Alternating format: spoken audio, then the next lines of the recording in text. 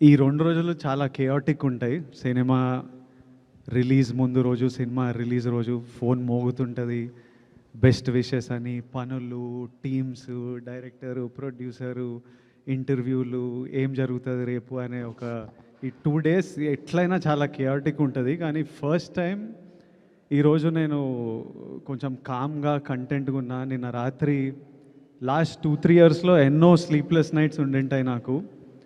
నిన్న రాత్రి అయితే బాగా పడుకున్నా, పొద్దున్నే లేచిన, వెళ్ళి జిమ్ చేసి డైరెక్ట్ మీ దగ్గరకు వచ్చిన. ఇలా కంటెంట్ సాటిస్ఫైడ్ ఉన్నా అంటే ఇదంతా తెలుగు ప్రజలు మాకు ఇస్తున్న ప్రేమ. ఈ బుకింగ్స్ కానీ, ఈ ప్రేమ కానీ, తెలుగు ప్రజలు, తెలుగు సినిమా ఆడియన్స్.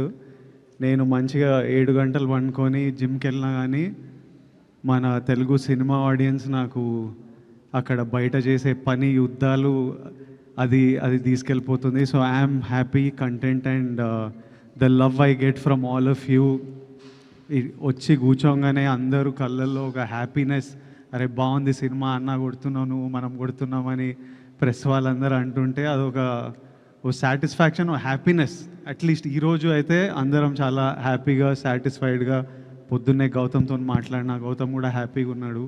వెళ్ళి మంచిగానే ప్రెస్ మీట్కి రా అంటే లాస్ట్ 3-4 నైట్స్ నుంచి కొంచెం పడుకోకుండా పనిచేస్తున్నారు.